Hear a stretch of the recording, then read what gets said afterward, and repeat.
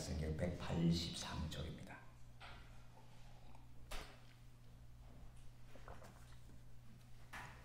제가 봉독해 드리겠습니다.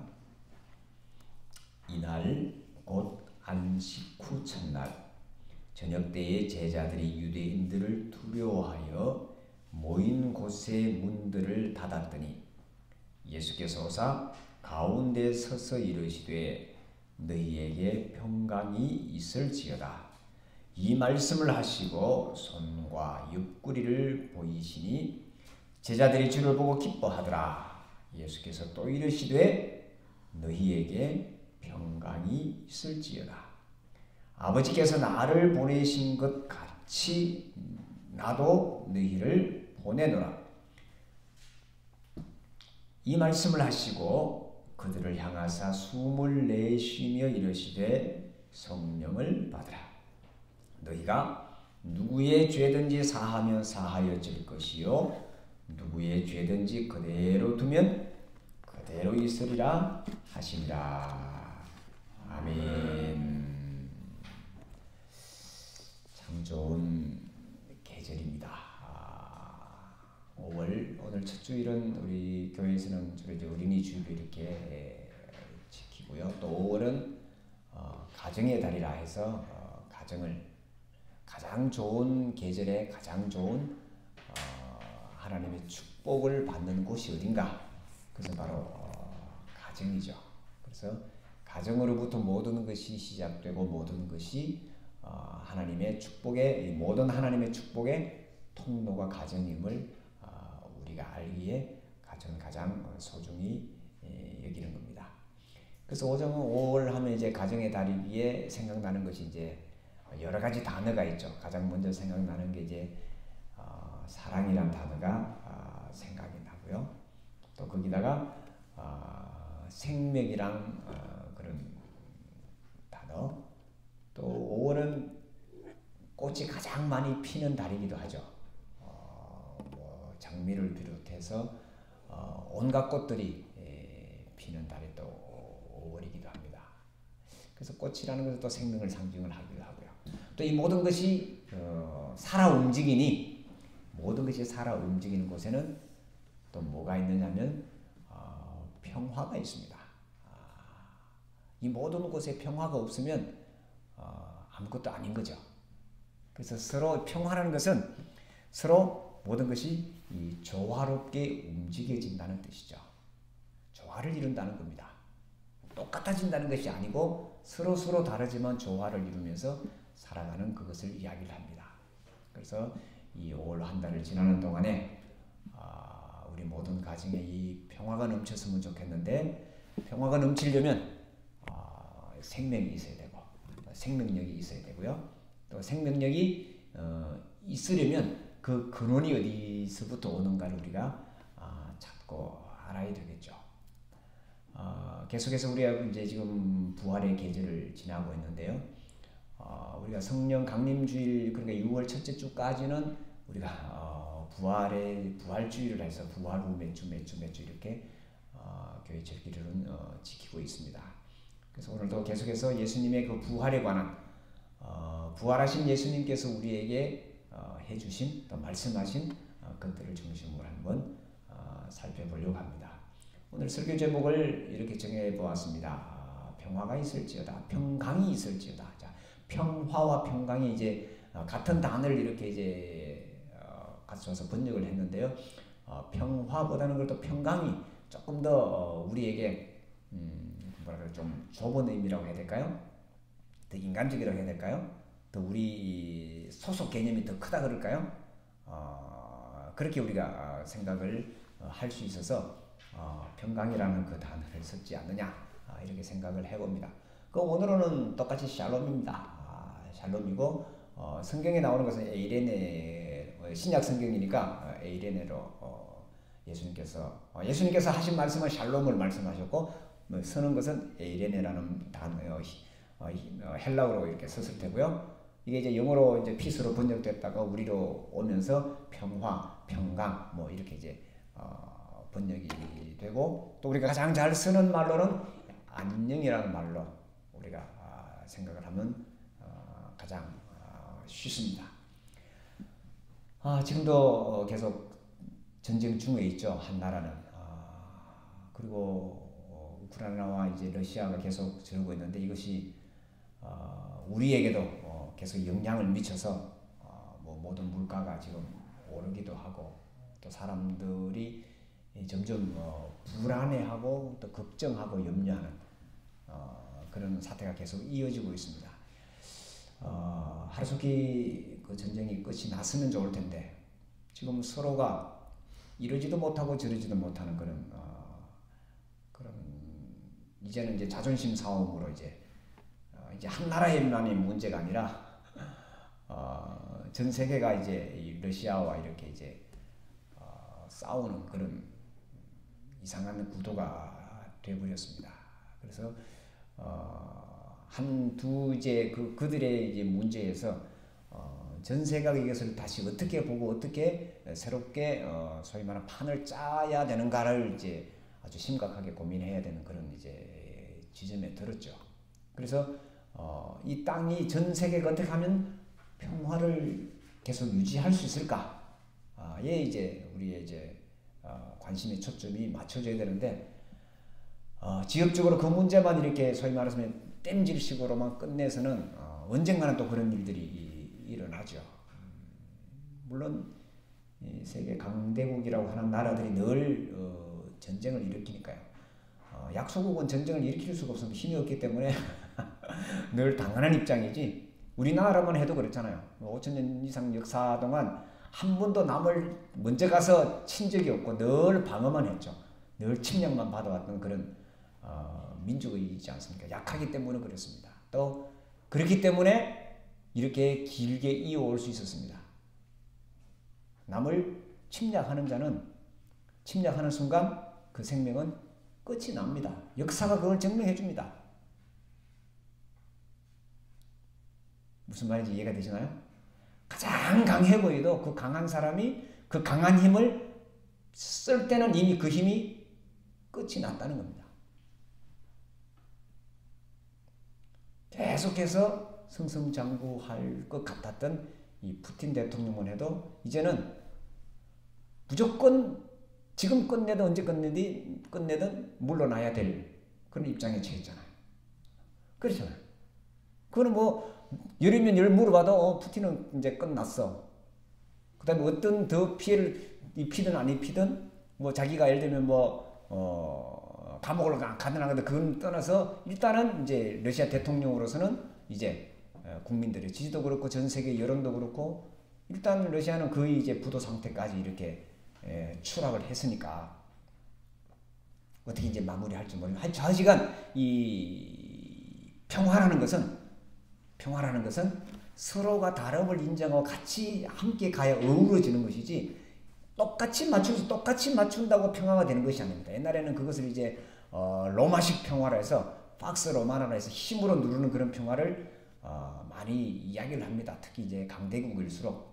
그런데 예수께서 말씀하신 그 평화는 그 평화가 아닙니다. 오늘도 너에게 평강이 있을지어다 이렇게 말씀하셨는데 이 평강은 그들이 말하는 힘을 가져서 누르고 제압하고 이런 평화가 아닙니다. 힘을 가지고 누르고 제압하는 평화는 힘을 가지고 누르고 제압하는 그 사람이 아웃되는 그게 하나님의 법칙입니다.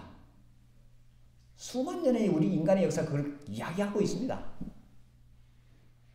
우리는 지금 여기만 보면 러시아가 힘이 있으니까 당장 이길 것 같은데 아니잖아요. 그렇게 약하고 군사력도 없는 그 우크라이나가 끝까지 버티고 있잖아요. 그리고 박수를 치잖아요. 그 사람들을 향해서 알게 모르고. 아마 여기 있는 분들 중에서 러시아가 우크라이나를 다 이제 빨리 합병해서 이렇게 큰 나라가 됐으면 좋겠다고 생각하는 사람은 아마 혹시 있나요? 그렇죠? 다 저놈들 왜 저래? 빨리 너네 나라로 가고 우크라이나 사람들끼리 행복하게 살도록 내버려. 이게 이제 모든 사람들의 마음이잖아요. 그겁니다. 예수님께서 말씀하신 게 그거예요. 제가 조금 이제 한문을 한번 써봤는데요. 화이부동이라는 말을 써봤습니다. 화이부동이라는 말은 그 화자는 이제 같은 이제 평화할 화자를 이야기하고요. 부동은 같지 않습니다. 틀려요. 남자고 여자고 나이가 많고 적고 또 뭐 많이 가졌고 적게 가졌고 많이 배웠고 적게 배웠고 얼굴색도 다르고 피부색도 다르지만 함께 하는 거예요. 뜻을 같이 모으는 거예요. 뭐에? 평화하자. 함께 살자는데 뜻이 모으는 것이 화이부동입니다. 그런데 겉으로는 똑같다 그래놓고 뒤에 보면 동의불화라는 말을 제가 또 써봤습니다. 한 가지인데 싸우는 거예요. 한 가정인데 싸워요. 한 교회인데 싸워요. 한 나라인데 싸워요. 평화가 없는 거죠. 늘 우리의 주변에서 늘 많이 보는 겁니다. 왜 싸움이 있느냐? 말로는 다 국민들을 위하고 말로는 뭘 한대. 근데 자기들끼리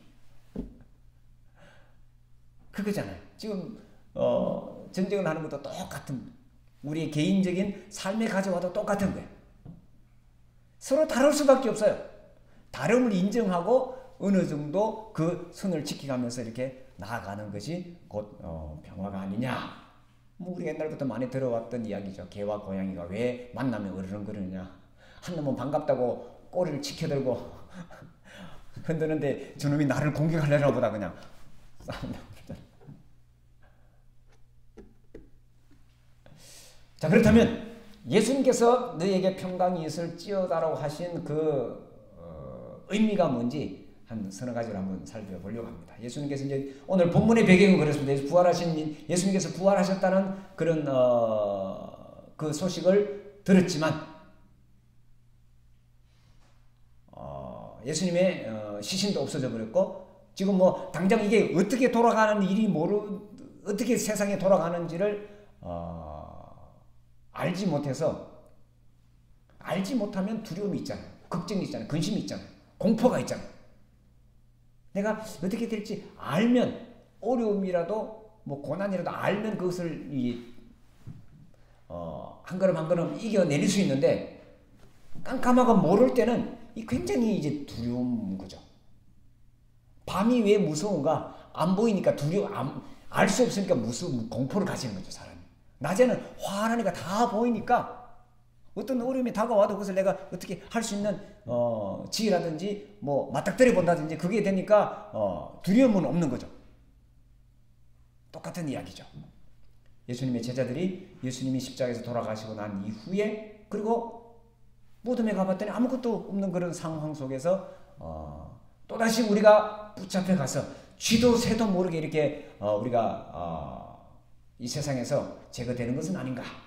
이런 염려와 걱정 그리고 이런저런 이야기를 하면서 이제 모여 있었습니다.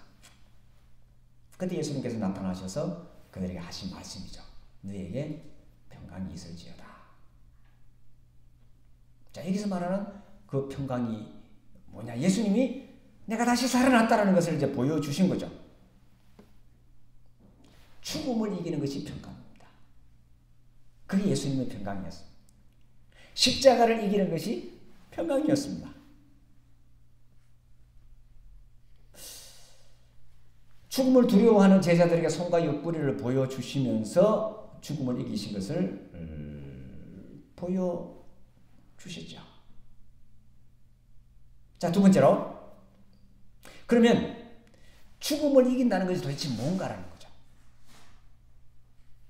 예수님께서 너에게 평강이 있을지어다고 두 번째로 말씀하시면서 뭘 하셨냐면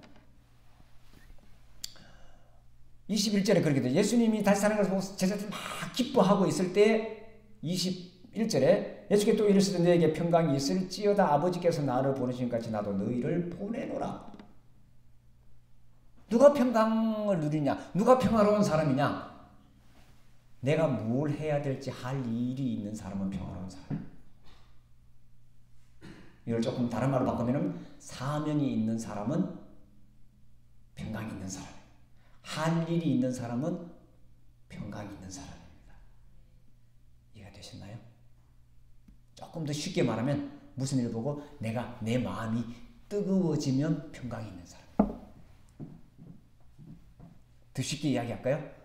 설렘이 있으면 재미가 있으면 모든 일에 내가 막 그러면 그 사람은 평화를 누리는 사람이에요. 평강이 없는 사람은 모든 것이 다 귀찮잖아요. 그렇잖아요. 내 속에서 막 열정이 일어나고 기쁨이 일어나고 감사함이 일어나는 사람은 평강이 있는 사람입니다. 그 사람은 어떤 사람입니까? 하나님이 나를 보냈다는 확신이 있는 사람은 평강을 누리는 사람. 예수님께서 이렇게 말씀, 하나님이 나를 보낸 것처럼, 아버지가 나를 보낸 것처럼 나도 너희를 보낸다. 예수님을 만난 사람에게 평강이 있는 것은 예수님의 보냄을 받았기 때문에 평강이 있는 거예요. 내가 이 일을 했을 때 이 일이 하나님의 일인가 아닌가, 또 내가 이 일을 해도 되나 말아야 되나, 이런 시간만 낭비하는 것은 아닌가, 이런 복잡한 생각이 있는 사람에게는 평강이 절대로 없습니다. 그저 억지로 닥치는 일만 계속할 뿐이죠. 근데 내가 해야 될 일이 이것입니다. 정해놓은 사람은 그 일 향해서 가는 거죠. 평화롭게 가는 겁니다. 그 이야기입니다. 자, 보냄을 받은 사람은 평화를 아는 사람이고 평화로운 사람이다. 내가 누군지를 아는 사람. 그게 부활의 의미입니다. 그게 십자가의 의미입니다. 우리가 부활을 믿는 것, 우리가 십자가를 믿는 것은 내가 이 땅에 사는 존재 이유이기도 합니다. 그걸 좀 다른 말로 바꾸면 하나님의 뜻을 아는 사람은 평강을 누리는 사람입니다. 자, 여기까지 있는 걸 한번 다시 정리를 해보십시다. 자, 평강은 뭐냐? 내가 하나님의 자녀로서 이 땅에 왔다라는 것을 아는 것이고, 그러기에 하나님의 자녀로 이 땅을 살아가는 것. 그 사람이 평강을 누리는 사람입니다. 자, 오늘 본문에 의하면 예수님께서 죽음을 이기신 그 이김이 평강이었고요. 그 다음에 예수님께서 하신 말씀을 내가 세상을 이겼다. 세상을 이기는 그것을 말씀하셨습니다. 참을 아는 거죠. 진리를 아는 것이 평강이었습니다. 내가 믿고 있는 바를 향해서 이것이 정말이다, 옳다라고 하면서 내 몸을 던질 때, 그것을 해서 실천해 나갈 때 거기에 평화가 있는 겁니다. 세상에 어떤 사람이 그런 말을 해도 나는 이것을 한번 해볼래, 할 거야, 내 발을 옮길 때 거기에 평화가 있습니다. 재밌지 않습니까? 자, 다음으로 예수님께서 이렇게 말씀하셨습니다. 제자를 내가 너희들을 보내노라 하면서 예수님께서 뭐라고 하시냐면 그 뒤에 이렇게 되어 있죠. 이 말씀을 하시고 그들을 향해서 숨을 내쉬며 이르시되 뭘 하라? 성령을 받으라.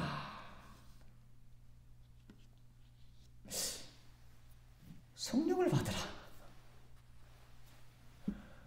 조금 이제 뜬금없는 그런 말씀 같기도 합니다.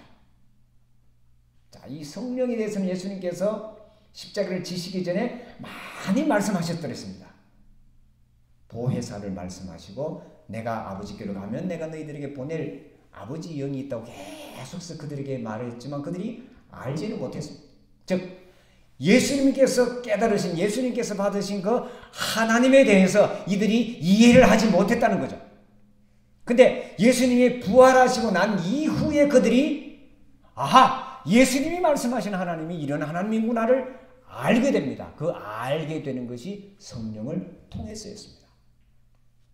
우리가 지금 이렇게 예배하는 것, 우리가 하나님을 믿는 것, 우리가 예수님을 믿는 것, 예수님을 주님으로 받아들이는 것, 예수님의 십자가와 부활을 내 것으로 받아들이는 것은 내 자의로 해서 아는 것이 아니라 성령으로 인해서 알게 된 것이고 성령을 받았기 때문에 가능한 것입니다. 더 쉽게 말씀을 드릴까요? 오늘 여기 와 앉아있는 여러분들은 모두 다 성령을 받았기 때문에 여기 와 있는 겁니다. 더 쉽게 이야기할까요? 내가 이 땅을 살아가는 힘은, 이 땅을 살아가는 능력은 하나님께서 내게 성령을 주셨기 때문에 내가 살아가는 겁니다. 성령은 생명이라 했습니다. 성령을 받지 않은 사람은 세상을 살 수가 없습니다. 자, 그러면 성령을 받으라 하면 이 성령이 나한테 들어온 겁니까? 내 안에 있는 걸 다시 끄집어내는 겁니까? 뭐가 맞습니까? 자, 다시 예수님께서 돌아가시고 난 뒤에 성령이 오셨나요? 원래 성령은 이 땅에 있었나요? 언제부터 있었나요? 예수님이 천지를 하나님이 천지를 창조하실 때부터 하나님의 영은 있었던 거죠. 다시 꽃이 막 피는 계절이잖아요. 꽃이 피고 막 싹이 나고 지금 야단이잖아요. 이게 누구의 힘인가요? 무엇의 역사인가요? 우리 기독교인은 이것은 성령의 역사라고 우리는 그것을 볼 수 있어요. 사실 이렇게 성령이라는 것은 우리가 좁게 은혜를 받아서 막 감사하고 찬양 부르는 그런 은혜, 혹은 조금 더 이제 체험이나 이런 게 있는 사람들은 방언 기도를 하고 예언을 하고, 이것이 좁은 의미로 성령이라 치유의 은혜가 있고 이걸 이야기하는데, 그것뿐만 아니라 그것이 아니라는 것이잖아요. 그것도 맞지만, 내가 예수를 믿고 고백하고 이 신앙생활을 하는 것도 성령의 역사지만, 이 성령의 역사는 이 땅에 안 미치는 곳이 없다는 거죠. 그것을 우리가 성령을 받은 사람은 그것을 볼 수 있는 거라는 거죠. 그것을 예수님께서 말씀하신 거죠. 성령을 받으라 이런 것은 너가 어떤 존재인 것을 깨달아라, 알아라고 예수님께서 다시 말씀하신 겁니다. 그 뒤에 자, 성령의 사람은 하나님이 내 아버지임을 고백하며 나아가는 사람입니다. 이미 우리는 성령을 받았습니다. 그러기에 자, 마지막으로 예수님께서 제자들을 세상으로 보내신 이유가 있습니다. 단 한 가지입니다. 성령을 받으라 이러고 성령의 사람이 해야 될 일을 한 가지를 말씀하셨습니다. 자, 23절을 보겠습니다. 너희가 누구의 죄든지 사하면 사하여질 것이요 누구의 죄든지 그대로 두면 그대로 있으리라. 정말 멋진 말씀이죠. 이 말씀을 보고 이 말씀을 이해하는 사람은 100% 크리스찬이 됩니다. 이것을 이해하고도 크리스찬이 안 된다는 것은, 하나님을 못 믿는다는 것은 말도 안 되는 이야기죠. 우리가 어떤 존재라는 거예요? 우리가 성령을 받으면, 깨달으면 죄를 사하는 권세가 있다는 거잖아요. 죄를 사하는 능력이 있다는 거잖아요. 자, 우리가 죄는 누가 사해 주는 거예요? 하나님이 사하시는 거잖아요. 그렇죠? 그러면 우리에게 예수님께서 너희들이 성령을 받고 이 세상에 나가서 이제 하나님의 보내심을 받아서 하는 모든 일은 뭐 하는 일이라고요? 죄를 사하는 일이라는 거예요. 내가 하는 모든 일이 죄를 사해주는, 용서해주는, 화해시키는, 평화를 만드는 그 일이라는 거죠. 예수님께서 산상수훈에서 하나님의 자녀의 조건을 한 가지를 말씀하신 적이 있습니다. 뭡니까? 화평케 하는 자는 복이 있나니 저희가 하나님의 자녀가 될 것이며, 이렇게 말씀하셨어요. 자, 이해가 되셨죠? 자, 죄를 사한다는 것은 뭐예요? 용서한다는 건 뭐예요? 뭘 만드는 거예요? 평강을 만드는 거잖아요. 평화를 만드는 거잖아요. 그래서 예수님께서 너에게 평강이 있을지어다, 축복으로 평강을 받은 사람은 가서 또 뭐예요? 평강이 있을지어다, 평강이 있을지어다 만들어가는 사람들이잖아요. 어디에서? 내가 만나는 사람들, 내가 있는 곳곳마다. 이 평강이 또 뭘까요? 평강을 우리가 어떠할 때 평강이 있는가? 이건 또 이제 우리가 많은 또 시간을 둬서 우리가 살펴봐야 될 부분이지만, 어디에 평강이 있나? 예수님의 십자가와 예수님의 부활의 평강이 있는 거잖아요. 그것이 하나님의 진리이기 때문에, 하나님의 뜻이기 때문에, 하나님의 능력이기 때문에 거기에 평강이 있는 거예요. 말씀을 정리하십시다. 우리는 이미 하나님의 아들입니다. 하나님의 딸입니다. 하나님의 자녀입니다. 왜? 우리가 하나님을 아버지라 부르기 때문입니다. 하나님을 아버지라고 부르는 자는 누구나 하나님의 자녀입니다. 우리가 아무나 보고 아버지라 부르지 않습니다. 하나님을 아버지라 부르는 자는 이미 성령을 받은 사람입니다. 성령의 사람입니다. 그것이 예수님의 십자가가 증언을 하는 겁니다. 그래서 우리가 예수님의 십자가를 바라볼 때마다 하나님 아버지라는 말이 우리 입에서 저절로 나오잖아요. 기도할 때마다. 그렇잖아요. 십자가 앞에서 부처님 하는 사람 아무도 없잖아요. 십자가 앞에서 뭐 어떻게 하는 사람 없고 십자가 앞에 그저 하나님이라고 부르고 그 뒤에 꼭 아버지라고 붙입니다. 아니면 주님이라고 부르든지. 그렇잖아요. 이미 우리는 하나님의 자녀이기 때문에 하나님의 자녀로서 이 땅에 살아가는 모든 삶은 뭘 하는 거라고요? 평화를 만드는 것이다. 왜? 우리는 평화를 받았기 때문에. 우리는 진리를 받았기 때문에. 우리는 십자가를 받았기 때문에. 우리는 부활했기 때문에 그렇습니다. 평화를 만드는 사람은 죄를 사하는 권한을 가진 사람입니다. 죄는 누구 어디에서 오나요? 너와 나 사이에 죄가 있는 겁니다. 이 죄는 하나님과의 관계가 아닙니다. 왜냐? 하나님과의 나와의 관계는 누가 다 해결했어요?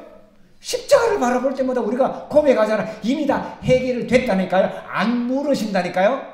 동과 서가 먼 것처럼 멀리 이미 보내셨다니까요. 그러니까 우리에게 남아있는 죄는 뭔가요? 너와 나 사이의 죄잖아. 이 땅에 살아가면서 짓는 죄잖아. 이 땅에 살아가면서 만드는 죄잖아. 그럼 누가 풀어요? 내가 풀 수 있어요. 그리고 죄를 안 만들면 되잖아요. 그렇잖아요. 지금까지도 우리는 잘 만들고 잘 살아왔습니다. 이제 앞으로 가는 동안에 우리는 평강의 축복을 받은 사람입니다. 하나님의 아들이고 하나님의 자녀입니다. 이제는 평강을 만드는 그 일들을 우리의 일을 통해서, 우리를 만나는 사람을 통해서, 우리의 그 모든 것들을 통해서 세워가는 부활을 경험한 사람으로 이 땅에 소중한 하나님의 자녀들이 되었으면 좋겠습니다. 기도하겠습니다. 주님, 너희에게 평강이 있을지어라고 축복하신 그 주님의 축복이 오늘 우리에게 그대로 이어지게 하셨음을 감사를 드립니다. 이제 그 큰 축복을 받았으니 그 축복의 전달자로서 죄를 사하는 능력을 이 땅을 사는 동안에 발휘하며 나가는 저들이 되게 하여 주시옵소서. 예수님의 이름으로 기도하옵나이다.